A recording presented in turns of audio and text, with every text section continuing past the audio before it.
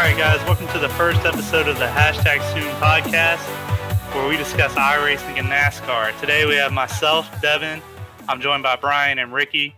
We're just a couple of guys talking monthly, talking about iRacing news and rumors, and the latest in sim racing in general. We're not iRacing pros or the fastest on the track, but we do have a passion for the sim and look forward to bringing a casual iRacer's perspective. I'm going to start things off. I started iRacing in 2013. I got tired of racing against AI and found iRacing on YouTube and thought it looked pretty interesting and thought I'd give it a try. Since then, I've upgraded to a G27 steering wheel from a Logitech DFGT. I have Fanatec CSL Elite pedals with a load cell brake. And I'm only running a single screen, but I have it on a Buto Ozone. I think in my iRacing career, I'd like to just find a way to get to 2,500 IR. I don't race a lot in the official races, so it's really hurting me. So we're going to get it to Ricky Thompson now. He would be the first guest, and then Brian Lamb afterwards.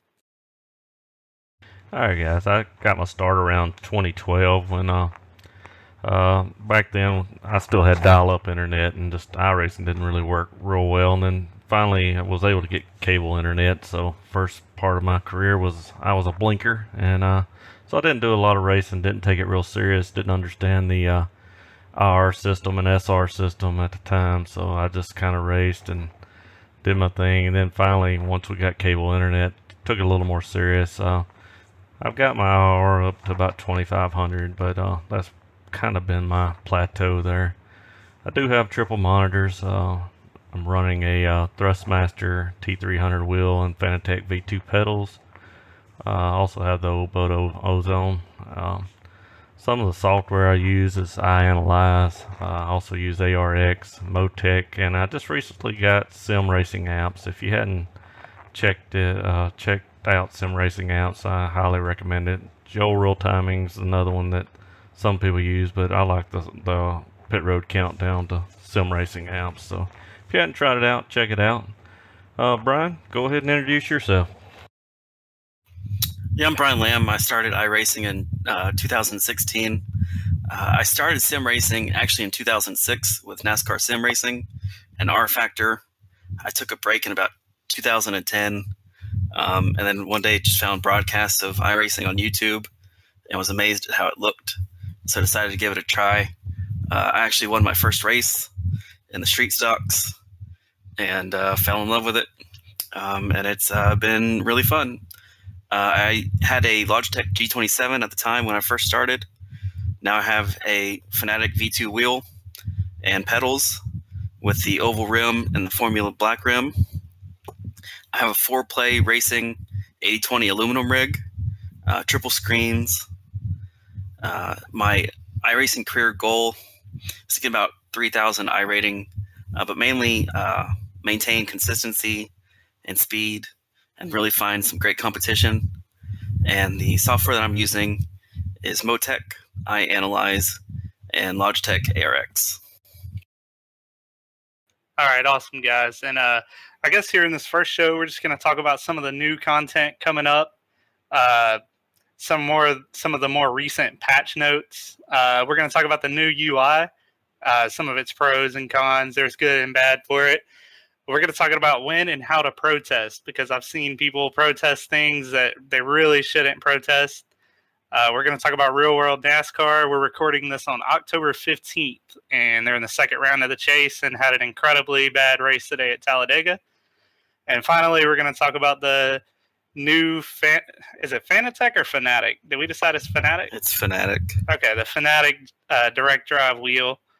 And I think Ricky knows more about that than the rest of us do.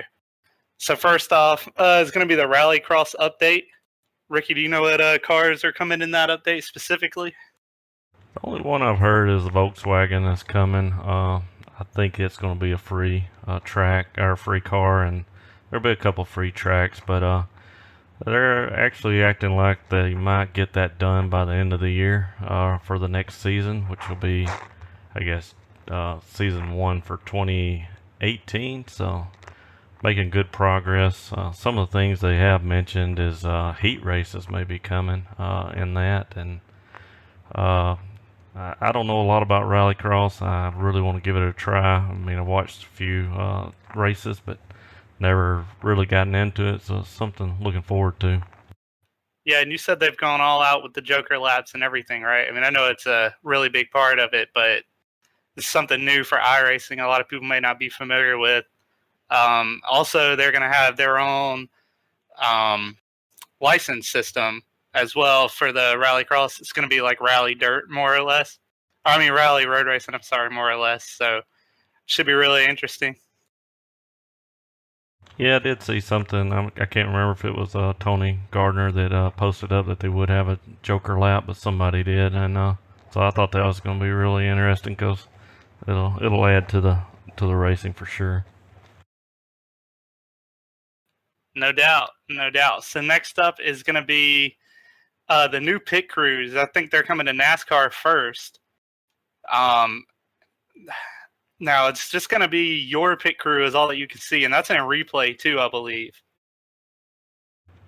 Yeah, I hadn't really heard on the replay part whether it'll be. I'm sure it'll be in the replay, but yeah, from what I understood, to keep from killing the frames, they're going to only allow it to be on your car, and I understand that, but you know, I don't know what you guys think, but we'll talk about that a little bit. It's cool to have, but after I've seen it one time, it's not something that that's really exciting me about something exciting coming to the sim. But it will look cool. It will look cool in the broadcasts. But after I've seen it one time, I'm thinking I hope they kind of have a way of turning it off, maybe. Yeah, I can actually agree because I don't have the greatest system. I know you guys have triple monitors, which already handicaps the system pretty bad anyway. But I don't know how much more frame rate issues I can take on my end.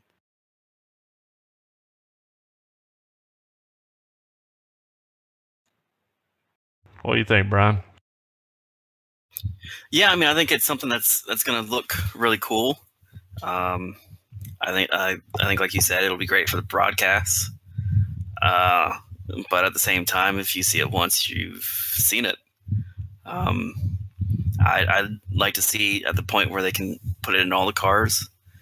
But I also want to see some customization on it. I like to kind of change up the pit board a little bit, put my own logo on there so I can find my pit stall easier. But I think it's a step in the right direction. Yeah, I agree. The pit board, that'd be really nice. And I'm sure just the suits will change their pit crew suits like it already does anyway. So that'll be good. One thing that I saw on it was the sign did kind of wave up and down a little bit as you're coming into pit, and that's something I've always wondered why we didn't have. When you're coming down pit road, the signs start waving up and down, kind of let you know where your pit box is and stuff. So I don't know that it moves a lot from the video. iRacing did put out a YouTube video of it.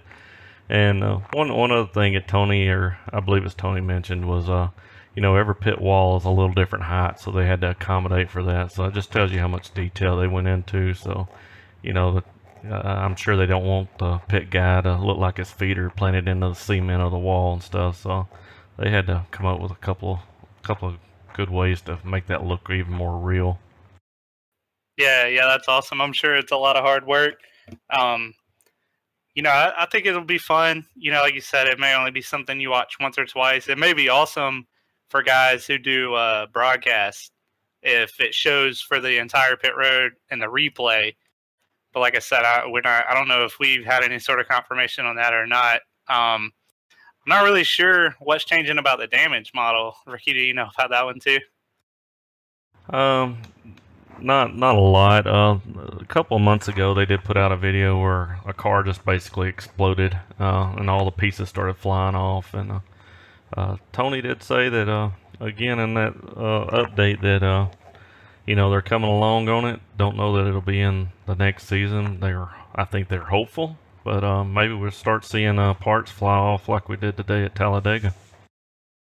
Yeah, that'd be awesome. The only thing is, I wonder, will the parts be ghost parts, or will they be like able to cause damage to your car? Obviously, if it's something like a hood, you could probably dodge that or at least have a chance to. But if it's something small just laying on the track, you wonder how far iRacing would take that with realism. Well, also the other thing somebody asked in one of these forum posts was about the aero, and although iRacing already kind of accommodates for damage and the aero, they were wondering how realistic it would be, and Tony did say that they already kind of accommodate for that. If you're at a 1.5 mile track or something, you are gonna, your hood's bent up, you are gonna get some damage, but I don't know if they're faking it or really modeling the air going around the car or not. Right. Well, I'd like to see the damage model kind of get more realistic, and it seems now sometimes a 4X can cause all kinds of damage, and other times it'll cause 20 seconds worth of damage. So I'd kind of like to see that get more realistic and really change a little bit there in terms of making it more of a simulation. Yeah. Yep. I posted a video in the Xfinity series on iRacing. They were talking about netcode, and especially when you get to Talladega and Daytona, the netcode just seems to be a whole lot worse because they're so much closer to each other. But last week or a couple weeks ago at Dover, I actually got wrecked by, it looked like sparks coming off of another car. Nobody never hit anybody. I did spin the car, and the car was coming at me, but somebody hit him before he hit me, and I mean, we're good 20 feet away, I guess. I don't know, just a good ways apart, and spark just kind of flies out of the replay, and my car gets the engine damage from it. So it seems like every time I'm in a wreck too, it's like my engine's gonna blow no matter what. And then you see the guy that just creamed into you, he's still running laps, and I'm sitting there getting repaired. So I would like a little stiffer bumper, especially on the NASCAR side, to keep from blowing your engine just from very little contact. Yeah, I can agree with that as well. I think way too many instances of small damage to the nose result in a blown motor. I know what they're going for, but it just seems a little bit exaggerated on iRacing as compared to, real life or even other sims that are out there. What do you think about having a damage clock in iRacing? We sort of have one, I guess, if you think about it. As far as like, if you get in a wreck, you get 5 minutes or you're out of the race. I think that kind of is the case anyway. I don't know how many people other than maybe an NIS or a longer race are going to sit around and wait on their damage to be fixed, but I don't know. I don't think it's necessarily needed. Yeah, I'm with Devin. I think we kind of already have that. If you're blowing your engine, that's 30 minutes. So typically in an official race, you're not going to be able to really participate much after that unless it happens early in the race. But it's rare that we see people stick around for that. I agree. Have you guys done any official racing this week? It's Talladega week, by the way, just so people know. I've raced a little bit on the road side, but not on the oval side. It's a love-hate relationship right now. I've just had a rough couple weeks of guys driving over their talent level. I did get to do one Talladega race. I did two actually. I did get wrecked out in the first one. I think I finished around 18th, and finished maybe 10th in the second one. So I was trying to redeem myself a little bit. So I actually had a positive IR week, but not much. Yeah, I stayed away from it, just trying to build up my IR. I didn't want to mess with Talladega this week. It tends to be a little bit crazy. So some other new stuff we got coming up. We kind of touched on it already, but there's going to be new licenses for road and oval, and as well as road dirt, which is going to be like rallycross, and dirt oval, which is your World of Outlaws, stuff like that. Do you think that is gonna make you guys want to race more dirt, especially on the oval side, knowing that it won't hurt your current safety? I think it still hurts your I rating. I don't know if you get your own both for dirt or not. Yeah, you're on both. You get safety rating and IR rating on both dirt, on a dirt oval and a dirt rallycross, but I don't know. I'm just not really good at dirt. It's fun, and but there's so many talented people that do this in real life every weekend. So I'm sure there'll be new people that I could compete against, but it's just not something I've been good at. So far, I've enjoyed what little we've done it. So I've done it a couple times in leagues, but it's just like I said, it's not something that I'm very good at. I think it's something I'd be more willing to do with a new license, where it's not affecting my oval side. Like Ricky, I'm not very good at it, but I always seem to want to keep doing it. I think it's fun. I think having a new license for it is badly needed. And so, yeah, I'd like to see, when everything kind of evens out and get some good racing in there with people that are on my skill level. Yeah, I agree. I think that it's going to make the dirt a little bit more approachable for new guys like ourselves. One thing I thought was interesting was how they were picking, like what license and IR you start at. Like if you have, Ricky, you can correct me if I'm wrong, but I believe it's 20 starts. You just take your regular your regular oval I-rating and license over to the dirt side with you. Is that correct? Yeah, it was either 20 or 25, but you had to have 20 or 25, I think, dirt starts.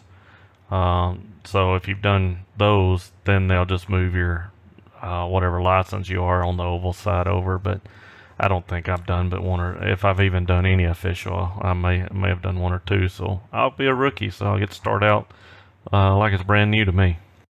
Right, that's what I was going to say. If you hadn't done whatever the number was, I believe it was 20 or 25, but if you hadn't done that number, they took, I don't remember how they talked about it, but it was some formula of how safe you were in those dirt races that you did do versus how safe you were in the road. I don't know why in the asphalt oval races that you did. They are taking those together. If you did just some official races and giving you, I guess if you were an A in one, they maybe start you as a D in the other one. I'm not really sure how that's going to work out. I thought that was interesting. They should really, in my opinion, just start everybody at rookie because, it's not like the guys who are fast are going to be in rookie for very long anyway. Yeah, I don't know why they chose. I can kind of see it. They needed a place to start, but yeah, they could have fast tracked pretty quickly, probably out of the rookie class. But I guess they were trying to make it a little more even. But Rallycross will start from the beginning as well, or we'll start with a brand new license class, so that'll be good for them. And like I said, I'll be a rookie already in the dirt, so it's not a big deal to me. Yeah, I believe Rallycross will start everyone at a rookie license. That's correct, isn't it? Yep. Okay. And speaking of dirt, they had a Twitter vote. I'm not sure. I think it's over, isn't it? I think it's still going on. I never did see when the final date was, but they were voting on which tracks to do next in dirt. And how many was there? It was about 6 or 7 tracks that they had listed that you could vote on the order. And the way I understood, most of them had already been scanned, so we're probably getting all these tracks. Yeah, there were a few. If the voting is still up, you guys can check. You can go to worldofoutlaws.com /iRacing. And the tracks that they have to vote for are Cedar Lake, Fairbury American Legion Speedway, Federated Auto Parts Raceway at I-55, Kokomo, Lernerville Speedway, and Weed Sport Speedway. And they also have 3 more that have already been worked on. And I think the biggest one that everybody's waiting for is Knoxville. And as of right now, Kokomo and Fairbury have run away with the voting. It looks like Kokomo might be slightly ahead. I'm familiar with Kokomo, none of the other ones, though. I don't follow World of Outlaw that much. I did see where they were at Weed Sport the other day scanning it, so that's they said most of them had already been scanned, but not all of them, and so I guess Weed Sport was next on the list. And heard after I voted, I heard a lot of good stuff about it, so kind of looking forward to it. I will mention website OSR racing.net. They had a good write up on each one of the speedways, and one of the neat things about Fairbury was that's actually an all volunteer what do you call it, workers there. So that was kind of interesting to see that they're able to keep that dirt track alive just using volunteers. So Yeah, that is actually very interesting. That's pretty cool.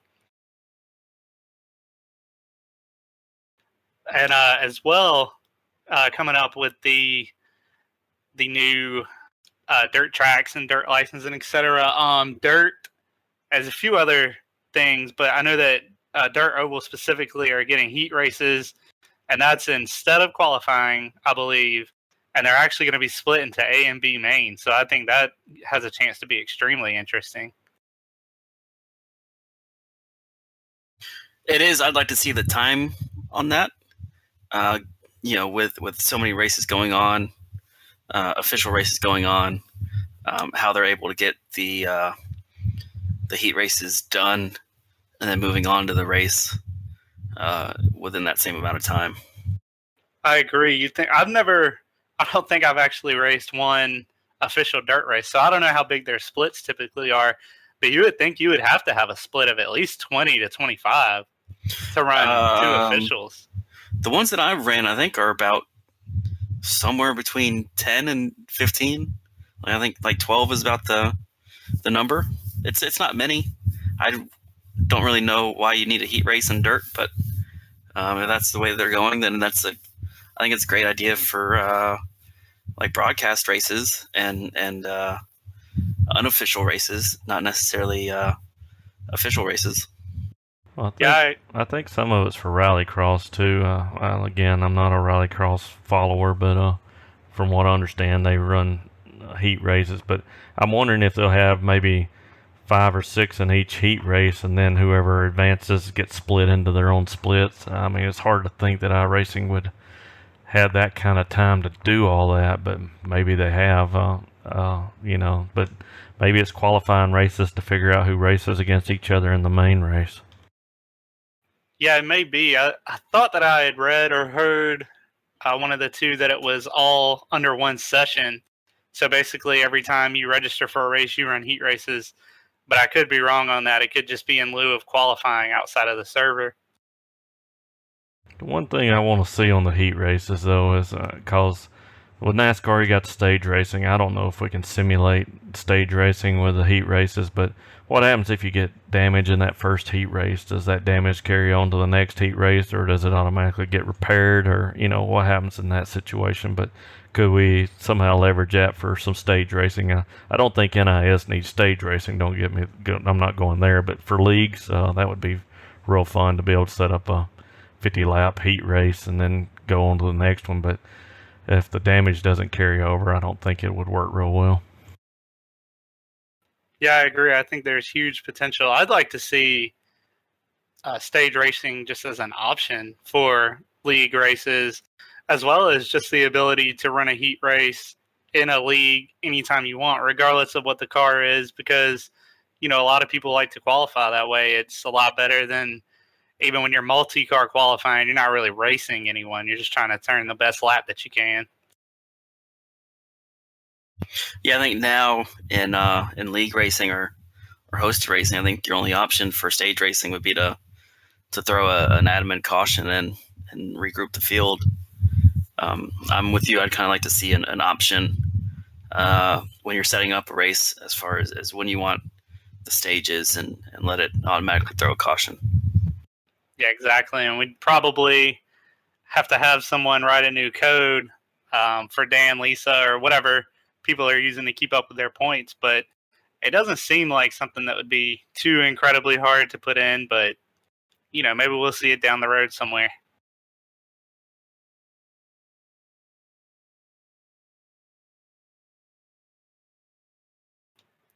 So I guess next up, we could just talk about the 2 new LMP1 cars.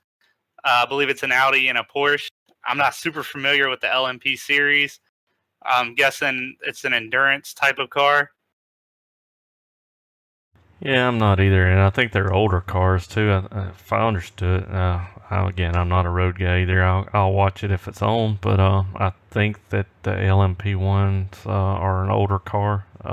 So I'm not gonna say nothing because I may be wrong. But it is gonna be two new cars. I know a lot of people have been asking for an LMP car to go along with the endurance races and stuff. So good to have it, and I don't know that if it'll be in the Daytona 24 again. I don't know what class these cars actually race in, but really looking forward to the Ford GT and the Ferrari in the Daytona 24 though. We did race that last time, so looking forward to having those cars in there.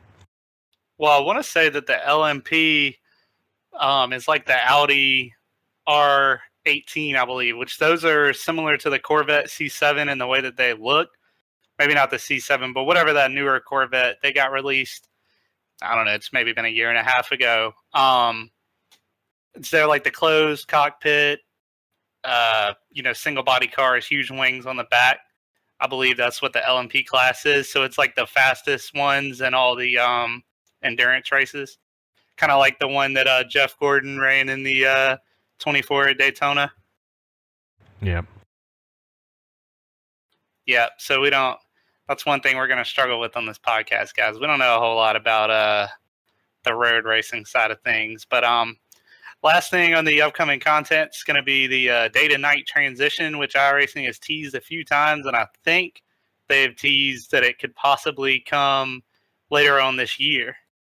I think it's going to be next year. No, they hadn't really said a date. They just keep saying they're making good progress. With all this stuff that's coming up, I just can't see them getting this out by the next build. But maybe I would love to see it though for the Daytona 24. That would make it a whole lot more interesting race. I like it being the night race, though it just seems to make the setting a whole lot better. But it'd be nice to have it before Daytona 24. But I don't know that they've actually even hinted that it would be ready by the next build or not.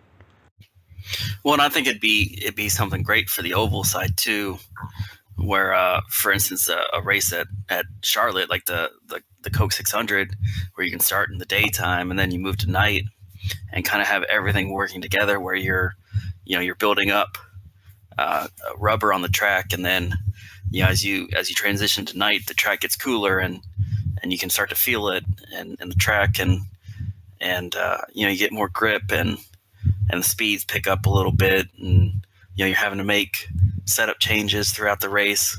I just think that's something that's coming up that's really gonna kind of change the way that these races are ran, and then also how they're broadcasted too.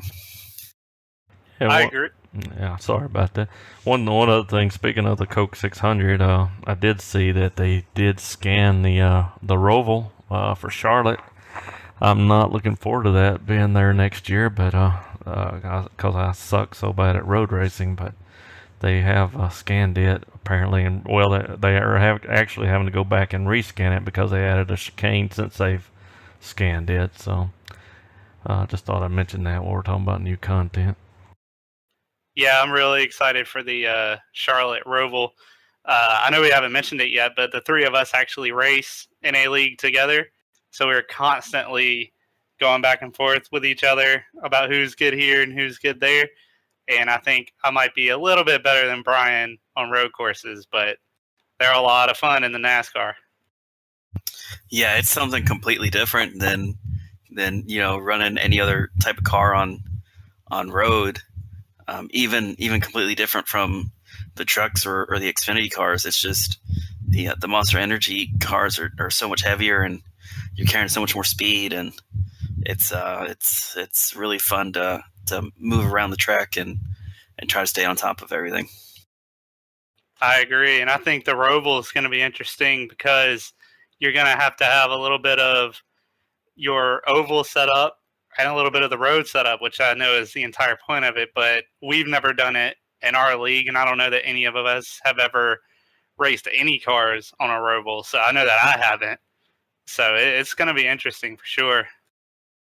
Other than Daytona, like I said, we did the 24-hour race of it last year, and but yeah, I'm not looking forward to getting rid of my oval for a Roval. So I've run some of the like the Pontiac and the production cars at the Charlotte Roval that we currently have, and there's some elevation changes in the infield, and it's a fun track.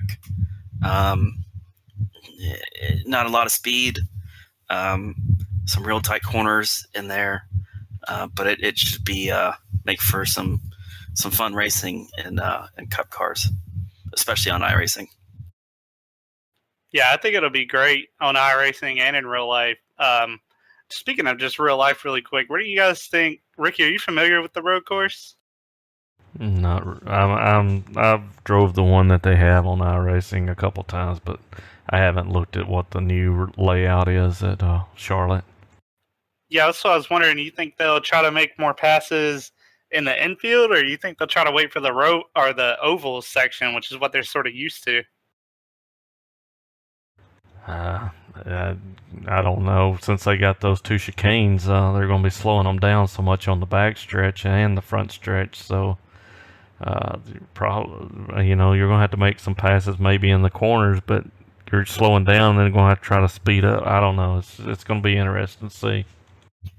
Yeah, I think you're going to have to try to overtake in braking zones, and maybe even coming out of a corner trying to accelerate out quicker and get out on the straights. Yeah, I think it's going to be absolutely awesome in real life. I mean, I hope iRacing can replicate it, but I'm already planning on making that trip up to Charlotte. It's not that far for me next fall. I think that's going to be great. I believe that's all the upcoming content that we have. So I guess next we're going to shift over to the Peak Antifreeze Series, which just ended this past Tuesday, and Ryan Michael Luza was the champion. I don't know much about Peak, so I guess I'll turn it over to you guys, but wasn't Luza a rookie driver in Peak? He was, and in the final four, Luza and Bobby Zielinski were two rookies in that series, and they both made the final four and actually finished first and third, which is just incredible when you think about the competition that's in that series. That they were able to win a race as well as getting up there and all the way up to the final four. Yeah, Logan Clampett too is a young guy. I've talked to him a few times. I think this is his second year in Peak, and he came in second. I couldn't imagine looking out my front windshield seeing Ryan Michael Luza walking away with that $10,000, knowing that I'm just a few feet away from it. I don't know what the prizes are for all the other drivers, or if there is any, but I hope they do give those other guys a little something out of it. But I just felt you're glad to see Ryan win it, but I felt for Logan, because like I said, I've had a few chats with him in the past on team or on Discord before, so I just felt for him after the race. Yeah, I've run with Bobby Zielinski. Not in any races, obviously my rating's nowhere near high enough, but in practices and stuff like that. And man, the times those guys put up are just unreal. I mean, typically, even when I'm in qualifying trim, 3/10, 4/10 better than anything I can touch. Yeah, and then you see Ray and Brian Blackford put up those videos for VRS, and you're sitting there and they're running the fixed set, and they're running faster times than I can run with my open set most of the time. It's just a lot of people say it's because of the set, but I think those guys really have a lot of talent. I agree. I think they are all extremely talented. I think if you can make it in that series at all, period, you've got a ton of talent, even if you're a reserve driver. And I guess speaking of that, next year they're only going to be taking 10 drivers from the Pro Series to compete in the Peak Antifreeze Series. So I believe that's going to actually get rid of all the reserve drivers. And, again, I don't know a whole lot about Peak, so you guys will have to kind of fill it in here for me. But how exactly, I know you got to be top 10 in points. Is there anything else people out there who might have a chance to qualify need to know? So I think they're taking the top 30 from Peak.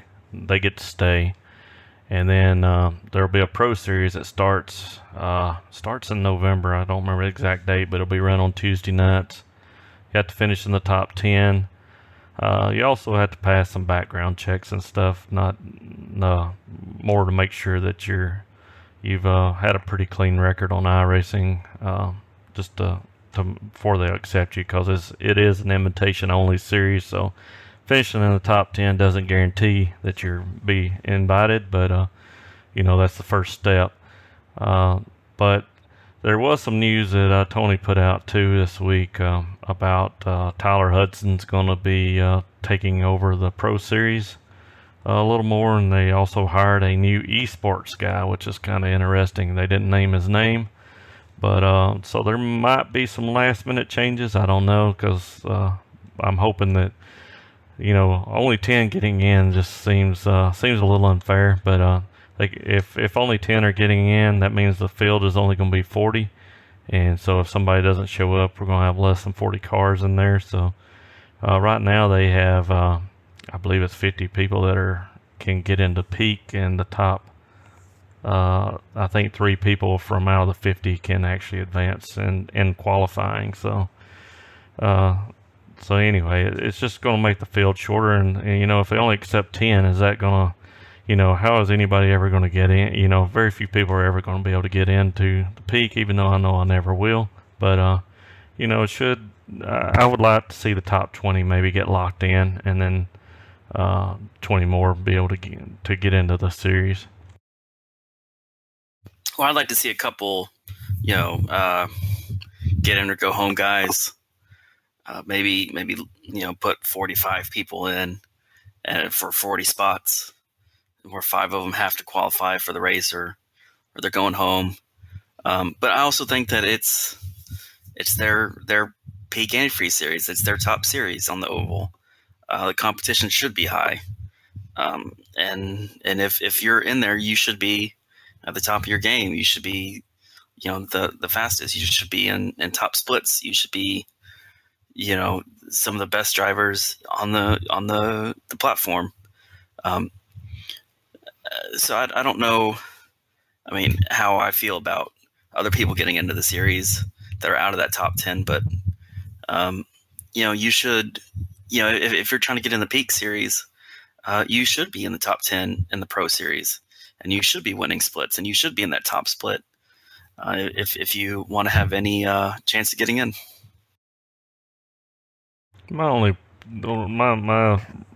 guess I'm not saying it's a problem, but my concern with it is once you get that pro license, as long as you stay in the top 30, you don't have to race official anymore. You could go out and get you a second account and just race on it, and that way your IR never falls either. But so you're not really, I don't think you can lose a pro license after you get it.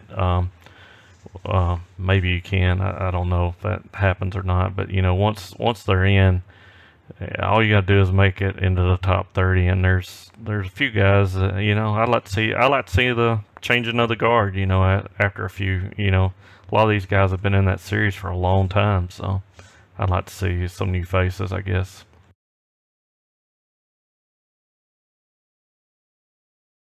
How exactly do they do a background check on you?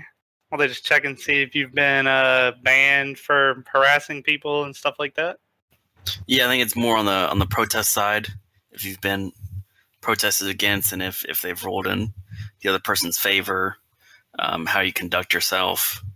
If I'm not mistaken, Luza had an issue with that, and that's why he hadn't been in the series, even though he's always been up there in the 8,000 IR range. I guess he had a clean year, so they finally put him in. Yeah, I recall something about it. I don't know the details of it either, Brian. But yeah, they just want to make sure that if you're on the forums, you're not being a troll. If you're racing, that you're not wrecking people. Just that kind of thing. I'm not saying that they're going in and doing a law enforcement background check. Probably might have been the wrong word, but they just want to make sure that you can represent the Peak Series in a professional manner. Yeah, I'm 0 for 2 on both of those. Yeah, I was going to say, so basically no one in this podcast will ever be in Peak Antifreeze Series. For more reasons than one, but especially the trolling on the forums. I don't think I've trolled much on the forum, so. Yeah, I do it about every day. Well, since y'all brought the topic up, what do you think about trolls on the forum? I think it's entertaining. Yeah, I love me some internet trolls. There's nothing better. See, I stay away from it. So sometimes I'll jump in with you guys and just, but most of the time I'll just stay away. Well, it's fun for me because, you get to arguing with the guy, and I don't really care what anybody's stats are. I'm just poking fun at somebody telling them they're not any good. And then it turns out that they're actually not any good, even though they're talking about how much talent they have. They've won like 30 races. And you go look at their strength of field, they're racing against like 1,000. And it's like, yeah, I'd probably win 30 races in that strength of field too. So, I'd calm down on how much talent you have a little bit. That's a true story, by the way. That's not just a rant for no reason. Yeah, I try to be the helper. If people are asking for help or something, I'll answer the question, but I usually won't troll too much. You guys ever met someone on iRacing who thinks because they can beat a NASCAR driver on iRacing that obviously they're better at racing than the NASCAR driver is? Just you. No, I've never said that before. I've actually met a guy who told me AJ Allmendinger wasn't any good because he couldn't beat him on iRacing, which I thought was hilarious. Well, if that was the case, everybody, we saw what Tony Stewart did in that pro race, which he actually ended up doing fairly well. But they brought him in for an little exhibition race, and he struggled. So it's not the same. The sim has its quirks, and real life racing is totally different. So yeah, it's actually scary for one thing. Oh yeah, you don't worry about wrecking in iRacing. But back to the Pro Series. I thought it was interesting that they had hired an esports guy. I would love to see a couple of other divisions. I know they have the IMSA and the F1 and the Peak Series, but I wouldn't mind seeing some of these lower divisions like Xfinity and Trucks possibly having a pro type series. What do you guys think? I think as long as the strength of the field is up there, then it shouldn't be an issue. Although I think you'd get the same people that would want to run both. I'd like to see it, kind of. I think I saw it in the forums today of open wheel pro series on the oval side with their actual schedule that they run. So mixing in some road with it, but having a pro series for the open wheels. I want to see more racing, more professional racing. So I welcome it, and I think it's going to be interesting to see what comes of it. Yeah, I agree. I think if we do see another one, I don't think that it'll be at the truck or Xfinity level necessarily to start. But I'd really like to see one for the World of Outlaw cars, like just an actual for real professional series. I think that would be a lot of fun to watch and may, again, get people over to the dirt side because I think people who don't care for dirt that much aren't trying it very often.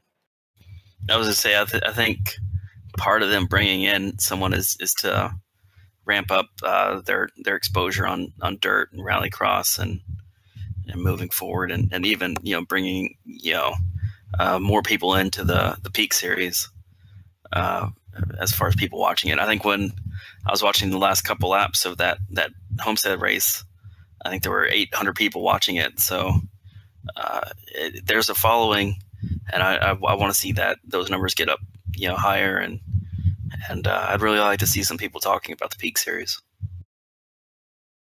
Yeah, the F1 series that they ran, that had the $200,000 prize, I think, or maybe it was $1 million prize. I don't remember, but they had it in Las Vegas, and they were using the R Factor.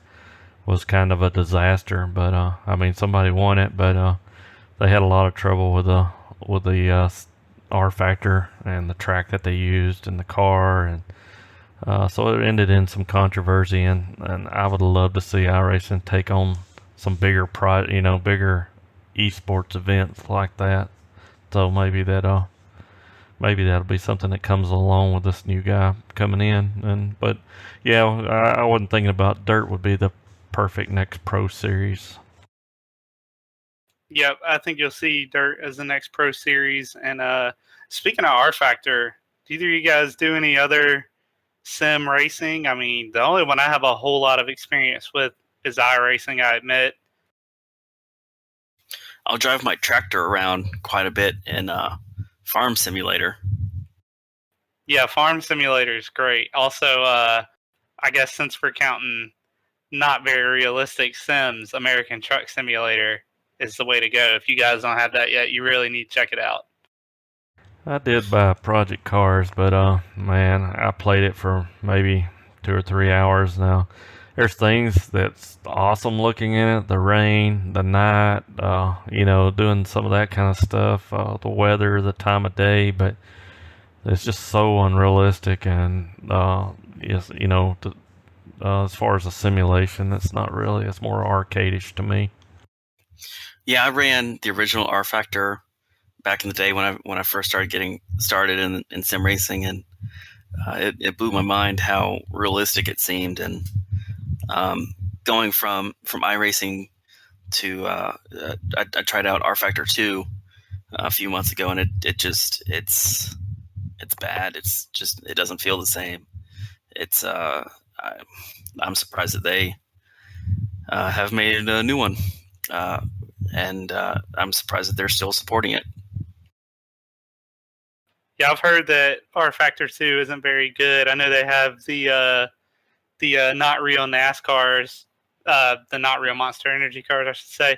But I think they actually have Dalara's, the DW12s or 13s or whatever they're on now. I think they actually have real support from those companies. They may. I don't know what those companies are really thinking with supporting something like that. Right, and it's funny because I believe iRacing is going to be a model behind on the Dallara. And the one that we have actually isn't all that old to the sim to begin with. I remember when it came out, so it can't be more than 3 years old. Yes, another thing is actually some of the NASCAR teams use R Factor for their simulators. It's a professional version of it, but I've heard some of the comments about the the Chevy, the Ford simulators that it's not very realistic. But I think they do get the the telemetry data from it. But somebody mentioned why doesn't iRacing, actually on Dale Jr.'s podcast, he said iRacing needs to come in and start come in and build their simulators. And somebody mentioned that to Steve Myers on Twitter, I believe, and he's like, they kind of hinted that they might be talking about it.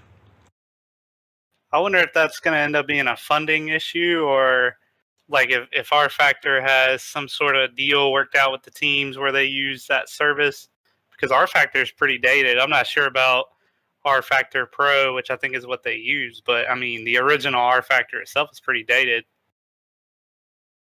Yeah, I'm sure that they've worked on improving some things and working on updated tire models and some of these things, and being able to put in your actual race setup into this car. And I'm sure that we've seen that, or that they're seeing the support that we don't see.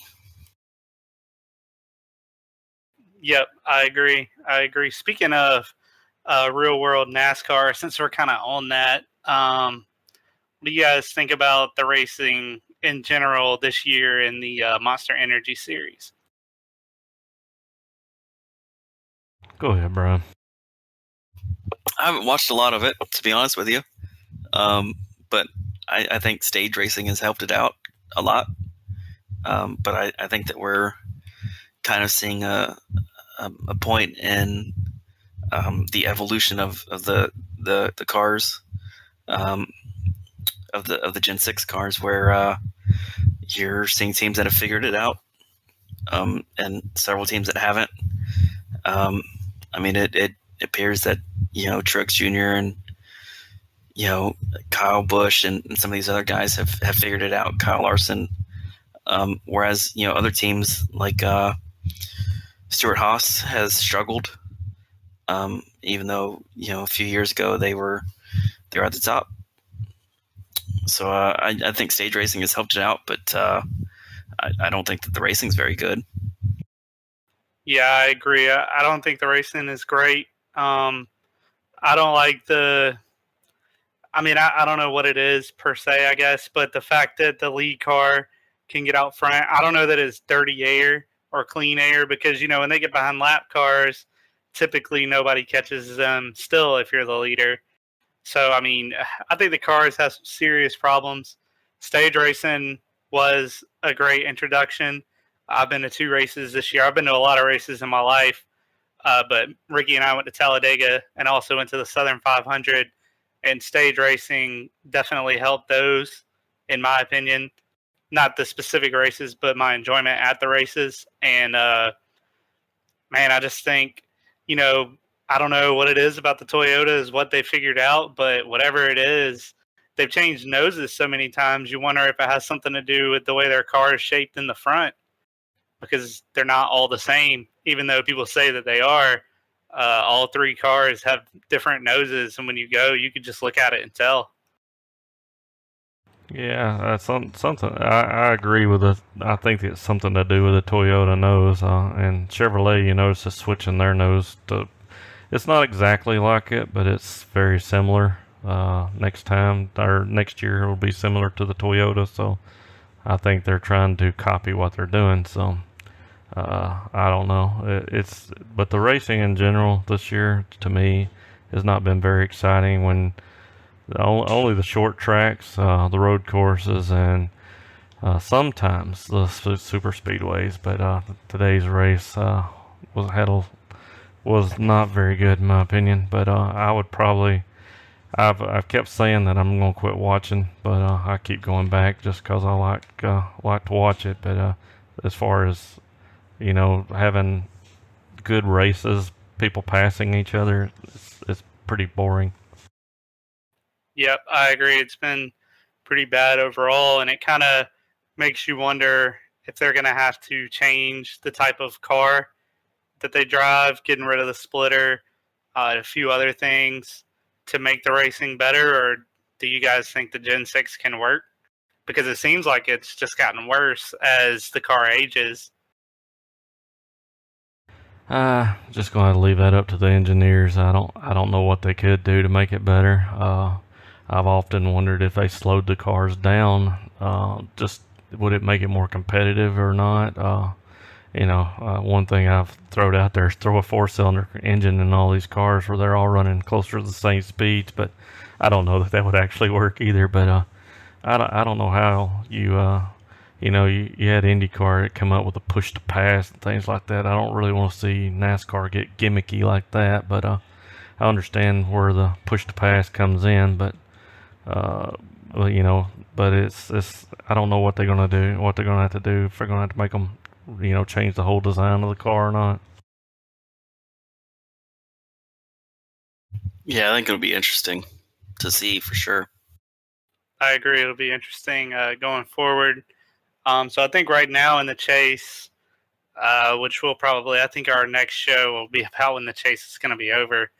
But I think right now in the chase, everybody's favorite is probably Martin Truex. But it looks like one of the other favorites, Kyle Busch, he may not make it through. I think he's -7 behind the cut after the race today. Matt Kenseth is behind the cut about the same. 8, 9, 10 points somewhere in there. I think the mile and a halves have been some of the most boring races for the lead, but the racing in the pack hasn't necessarily been terrible from about 15th, to to 5th or 6th. So I think Kansas next week could be really interesting to see who moves forward. Well, I think today certainly they were helped out with nearly everybody wrecking out, and so you're really not losing a whole lot of points if you didn't make the finish. Yeah, I agree.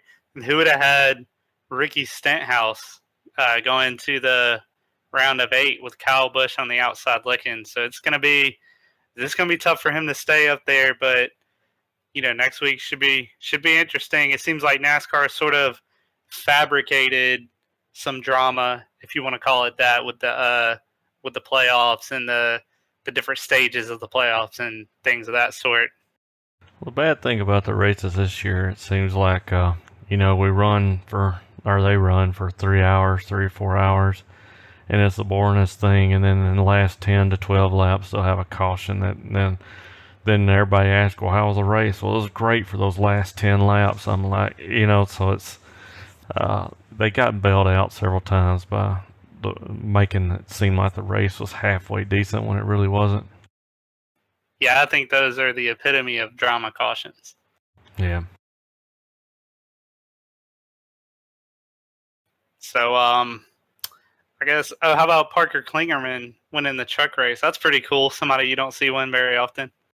Yeah. Not sure if you guys keep up with the trucks or not.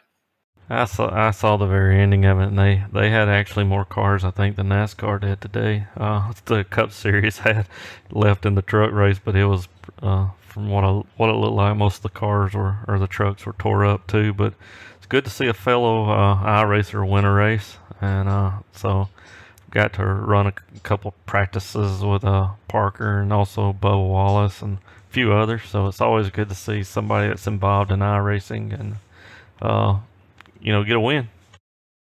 Well, I think a 2 a.m. A Open official race has more people in it than what that Cup race ended up with. Yeah, today was brutal. I think there were 10 cars on the last restart. And by the way, I think that Dale Earnhardt Jr. completely blew it today. I think he could have won if he'd have stayed tucked in the draft on that last restart. He did say he had some damage and his splitter was hitting the nose. I guess that they didn't know that they had some damage, but I thought, man, you should have just stayed with the 2 the whole time, but maybe he couldn't. But it was a rough race today. Absolutely. Speaking of other iRacers, there was a video from which iRacing I think it's every Wednesday. Featured on NBC Sports NASCAR America, but Landon Castle, which unfortunately just found out that he's without a ride, and David Reagan was on the show, and they were talking about iRacing, and they had a good 5-6 minute segment about it. And it seems like iRacing's been coming up a lot lately in the NASCAR broadcasts, and especially on NASCAR America, where Parker does that special showing where the track lines and stuff. Yeah, I agree. I've watched that a few times. I didn't see the specific video, but I've heard a lot of drivers say that iRacing is really good preparation for what you're going to see at the track, especially at road courses they've never been to and things like that. And we all know probably one of the more famous ones, other than Tom Majeski, is going to be William Byron, was on iRacing, and he says that iRacing has everything to do with why he's there, or a lot to do, I guess to say, not everything, but yeah, I know he has to have a lot of natural talent, but this kid William Byron, he's only been racing for a few years. I mean, most of these guys have been racing since they're 5 years old, so it's kind of neat that he was able to take it up late in life and do so well. And we even saw when Tyler Hudson he got an opportunity to be on a reality show with showing NASCAR, people wanting to be in NASCAR versus some people in the sim, and he did very well. So apparently the sim is a good training tool, which I know Tyler's done a little bit of real life racing too, but it's pretty neat that he was able to take a peak car around Charlotte and have very good times. Yeah, and iRacing actually isn't the only, I guess, simulator that does that. Gran Turismo for PlayStation has also had a lot of really great success. They have like a championship series where if you win, you get to run one of their road cars. I want to say it started as a Pro Mazda, and now it may be a different series. But those guys have always had really good success and run really well in the races and in the championships that they've run in. Yeah, I'm not even on that level. Yeah, me either, but it's fun to dream about. Sort of like when you go throw the football around in the yard. You're not Tom Brady, but it's fun to think about. So I guess getting back to iRacing, the only patch notes I think we're really going to cover, it's pretty late, not in the season in general, but for patch notes it is. I think everybody kind of knows what changed this season.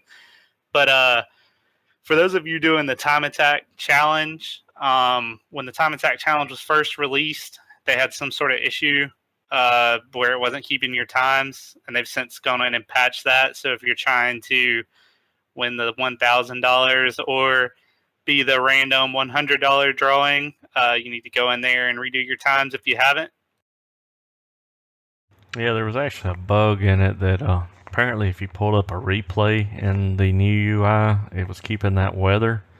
So it was allowing people to make better lap times than what they should have been able to do. So they came in and basically started the whole Time Attack series over, erased all the times, let them start over. But they never did know about it, so never tried it. But yeah, I have tried a couple of Time Attacks. Man, some of these guys putting up some fast times.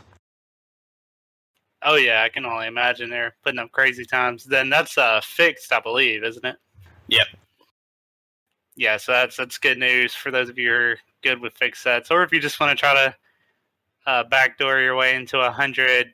Is it iRacing dollars or is it just $100? I think it's iRacing dollars. I think the $1,000 though is $1,000, and they have, is it 3 or 4 series that you can win the $1,000 in? So I think it's 3. Yeah. Yeah, it is 3. So, worst case scenario, you might fall backwards into a free year of iRacing. That's a pretty good trade-off. I think the $100 though, I think you have to compete in all 3 series and do them all, so to be eligible for the drawing. So make sure you read the details on it and not take our word for it. But it is a shot to go out, not risk any SR or IR, and just maybe get a chance at winning some money. There you go. Speaking of the UI, you kind of brought it up. One of the biggest cons with it, I didn't even realize that's why they took the Time Attack away. That's crazy. But have either of you guys really even used the new user interface at all? I haven't even touched it. I played with it when it first came out, and there was so many little bugs in it. It just kind of discouraged me.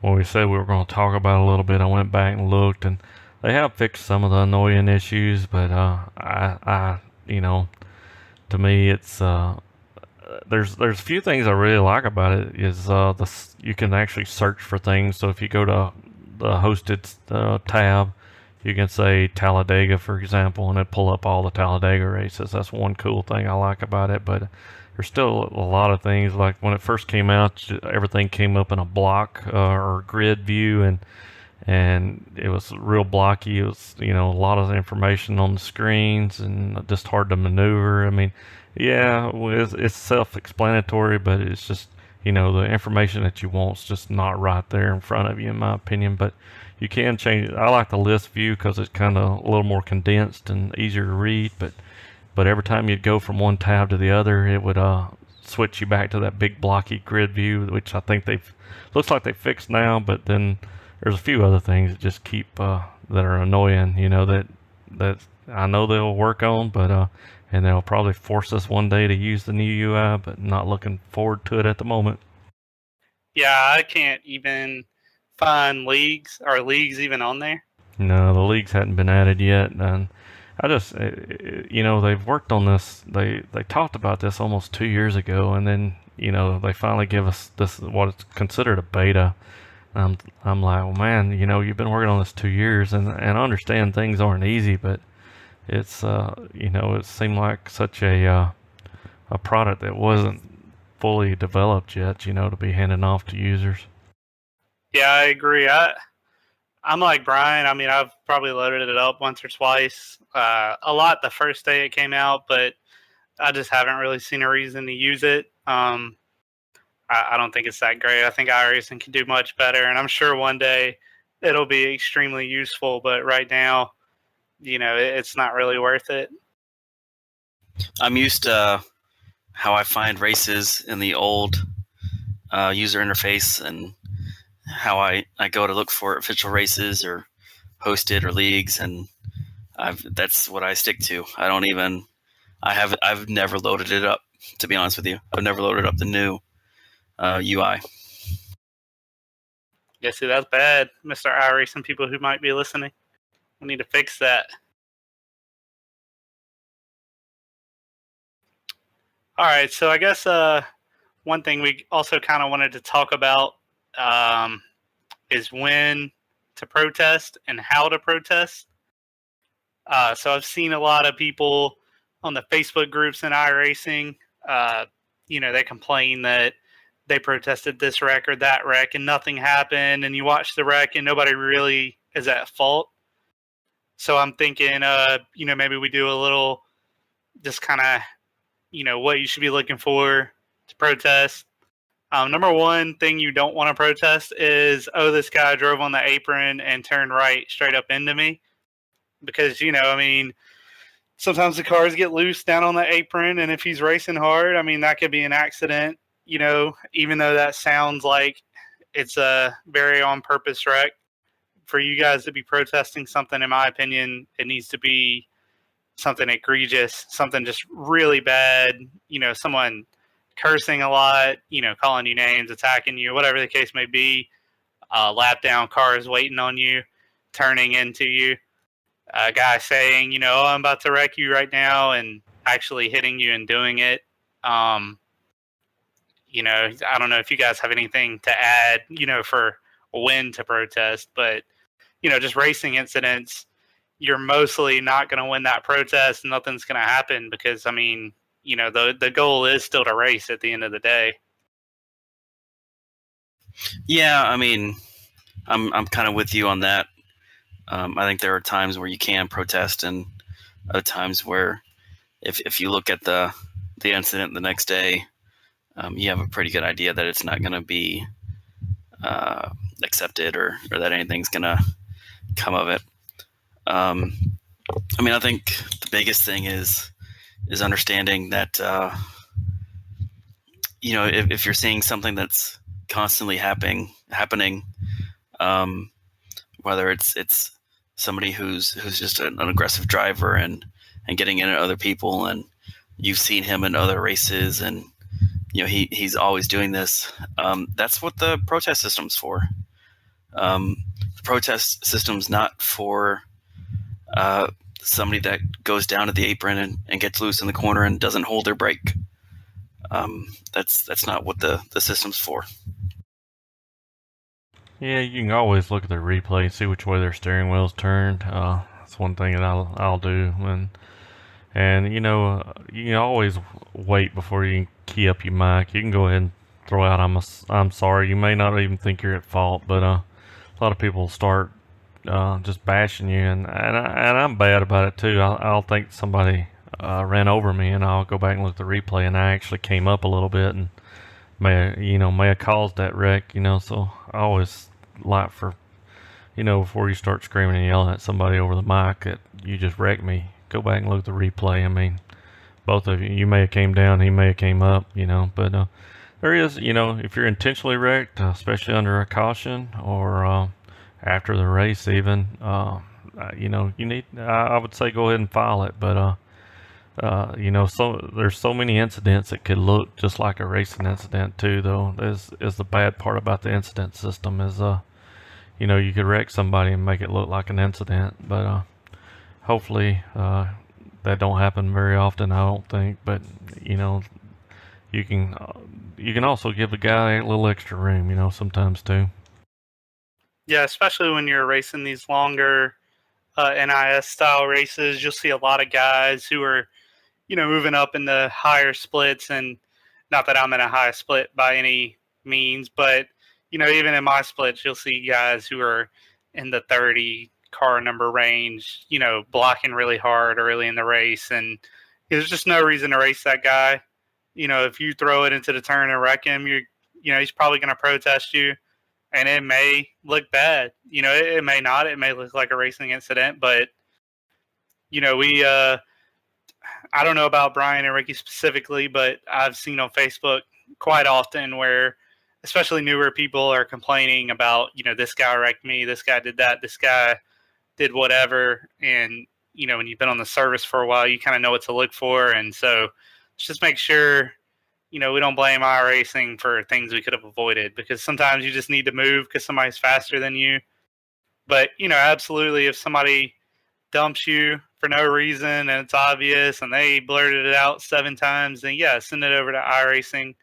I've never actually sent one, but I believe you just cut a couple of laps out in the replay. I don't think it's necessarily that hard. And then you send it to their support group. Is that right, Ricky? Yeah, I think iRacing could do a lot better job though with that of sending in a protest. It's it's not hard, but it's not easy either. I guess that's an easy way of saying it. It looks like maybe that'll happen when we get this whole new UI kind of integrated. But why can't I just click on a button that says, "Hey, I'd like to file a protest on this, this lap," and if it wants to take a lap before, a lap after, or whatever it wants to do, and just clip it for you. But because I was actually I don't protest often. I think I've had 2 protests in my life, but I was trying to protest one, and I cut you're supposed to do 3 laps, I think, the one before, the one of, and the one after. But and then I did all that and tried to upload it, and it said the file was too big, so I guess by that time I was frustrated, and I just gave up and said, well, it probably wouldn't even uphold probably wasn't an upholdable protest anyway. But it was just this guy has been known to cause some incidents, and just that's the other thing. They do put this stuff on their record, so even if it's not found, to be a violation or whatever, they do keep it on a record and see if this thing continues to happen. Either you guys been protested? I've been protested once. I have protested several times. I think the biggest thing is like Ricky said, I wish it was easier to do it. Although I'd probably get protested against more often.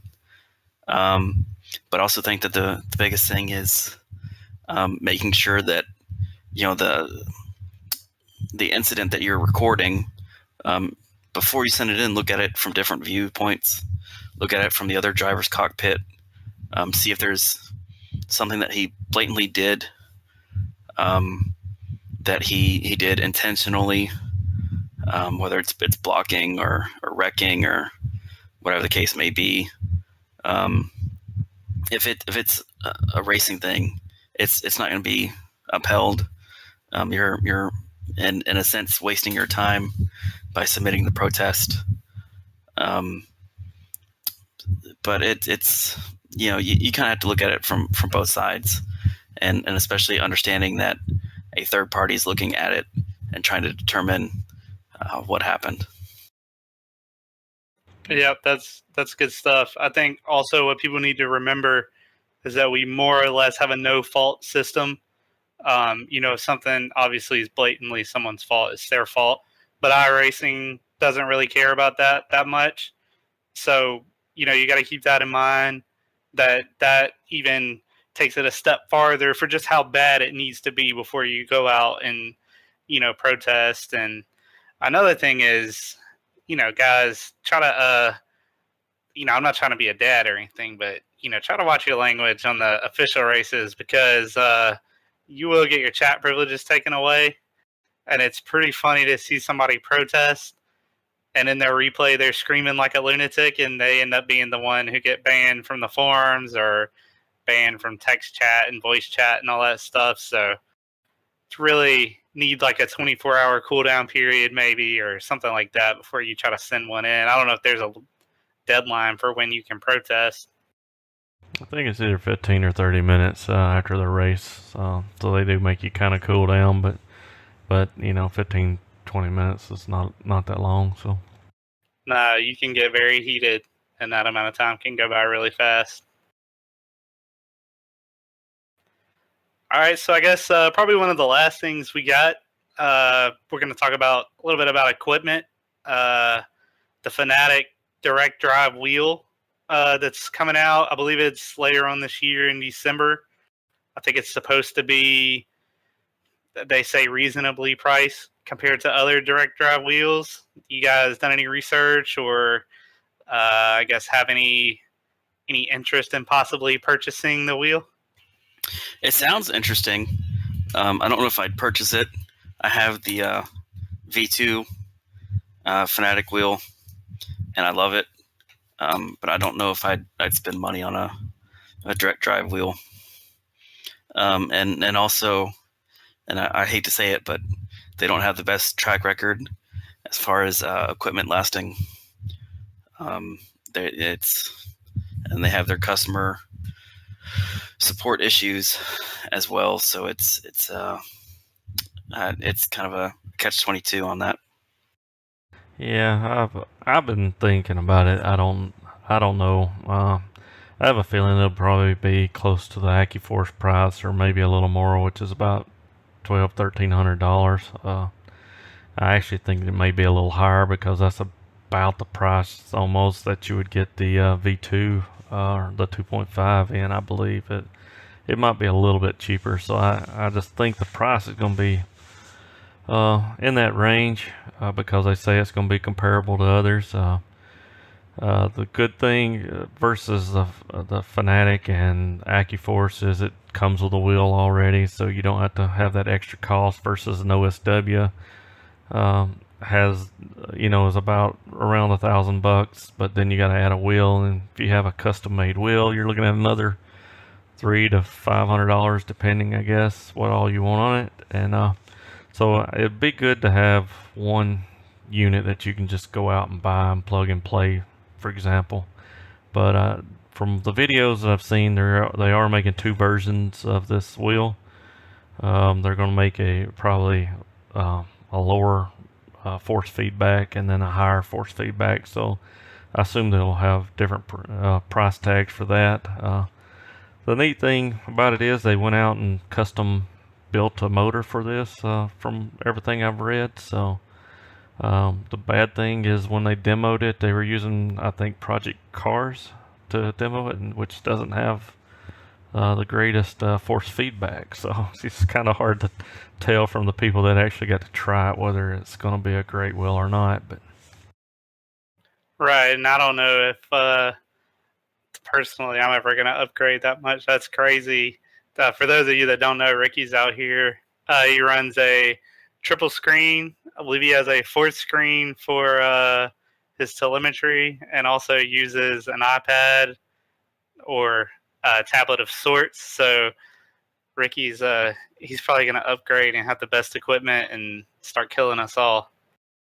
There's proof that equipment doesn't win the races. I mean, you look at some of these pro guys that are running G27s, but it does make the experience better. Yeah,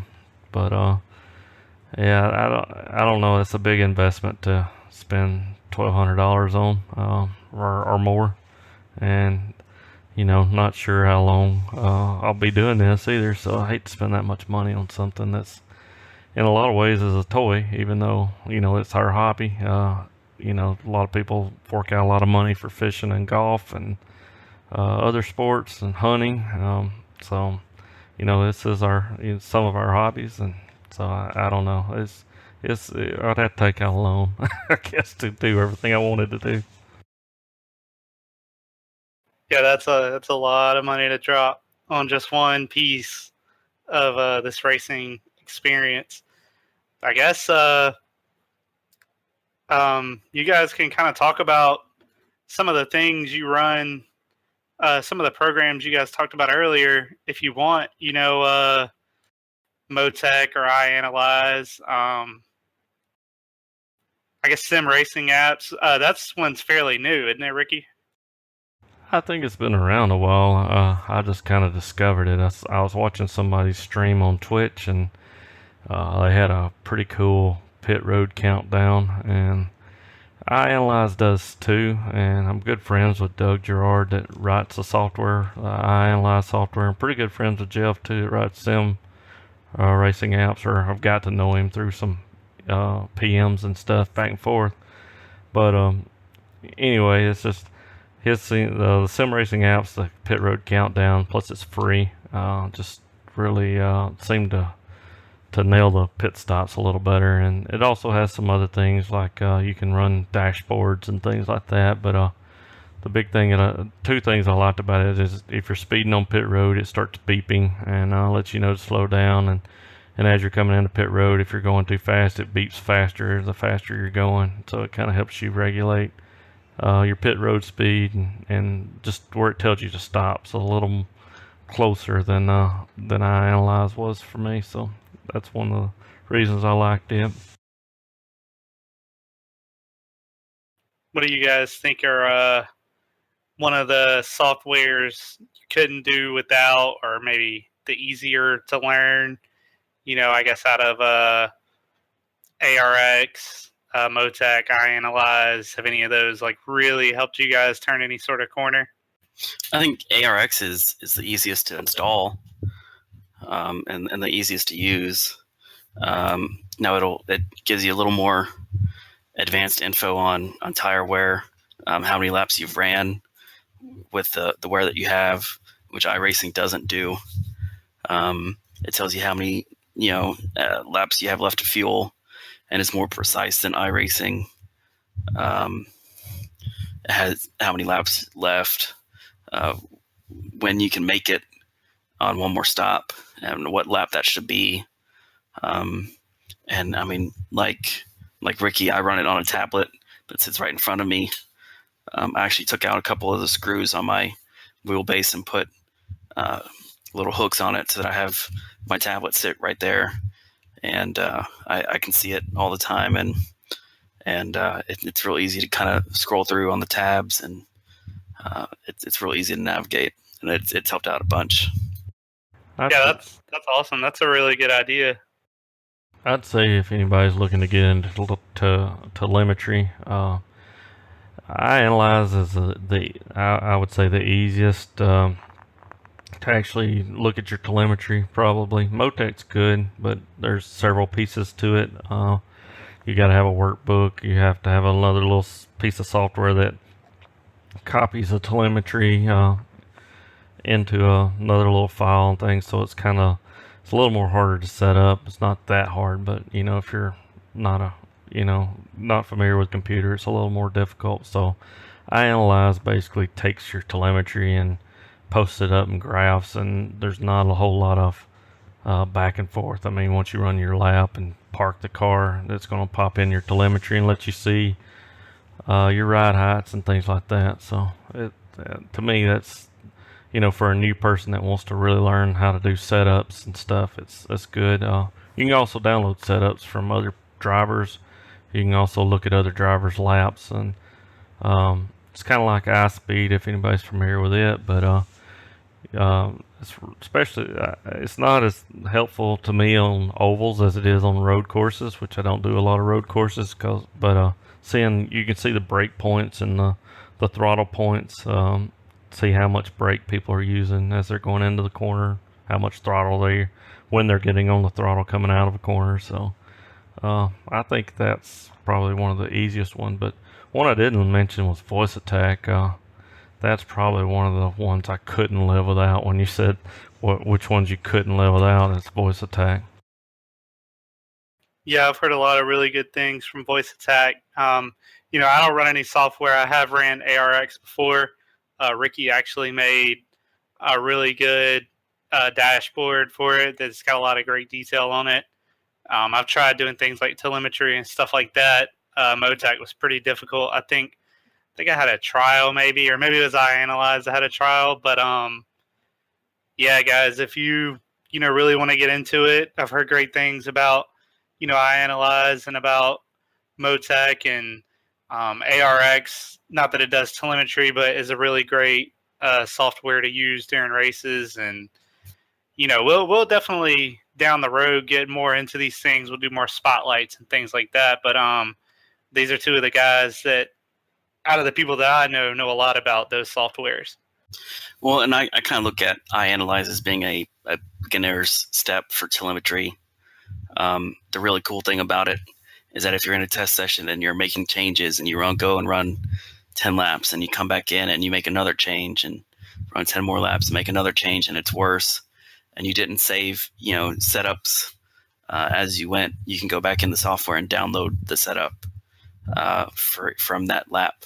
You can scroll through your laps and download the setup from that exact lap, which is really cool. Now Motec I kind of look at as an advanced telemetry.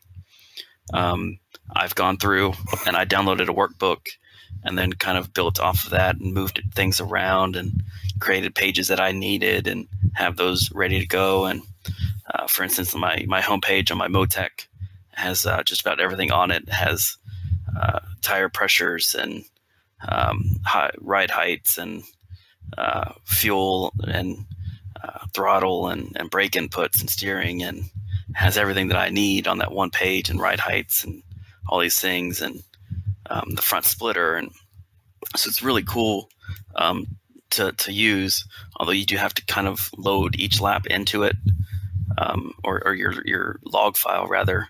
You have to load that into Motec, whereas iAnalyze automatically pulls it out. But it's something that's really, really cool. Yeah, definitely. And like I said, we'll definitely have to in the future, really dive into iAnalyze and maybe Motec. We may possibly be able to work something out with some sort of, I don't want to say giveaway, but some sort of deal with iAnalyze in the future. I think it'd be great to maybe talk setups in the future. I don't think there's enough open racing because people find it too daunting or too hard. But I think all in all, we could be a decent voice. I think we're decent at setups. I do a lot of stealing from you guys, but can make some changes to it from there. So I think all in all, it's been a great first episode. You guys dropped a lot of good knowledge, especially Ricky on the upcoming content, and a lot of good knowledge on ARX and iAnalyze just now. And I think we have a chance to really dive deeper into this stuff later. Hey, Brian, with your 8020 rig, did you download the instructions and buy the aluminum? Is that how that works? Mine came in a kit, and it has some instructions with it. And it kind of just came in bags, and you're kind of putting it together. I think it took me about 2.5 hours, maybe 3 hours, to get the rig and the triple monitor, because I bought a little triple monitor mount along with it. That's also 8020. It took a while to get it kind of all put together, but I love it. I mean, it's fully customizable, so you can move your seat back however many inches you need. You can move your pedals forward or backwards or up or tilt them, whatever you need to do. Your steering wheel, you can move it.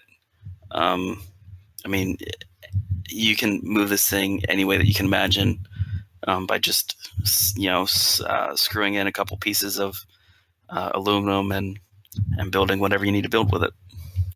Yeah, that's awesome. I looked into an 8020 rig, but decided to go the easy route and bought the Abuto.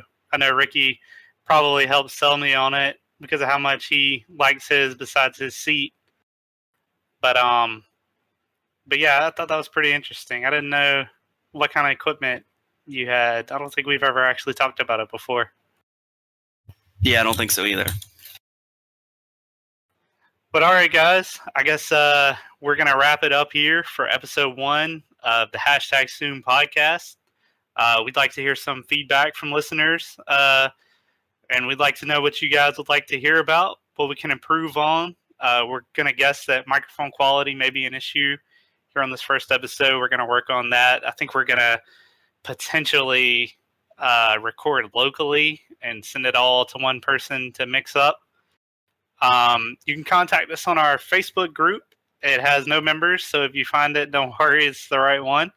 It's hashtag soon in iRacing. I believe it's not iRacing. In Facebook, I believe it's hashtag soon podcast.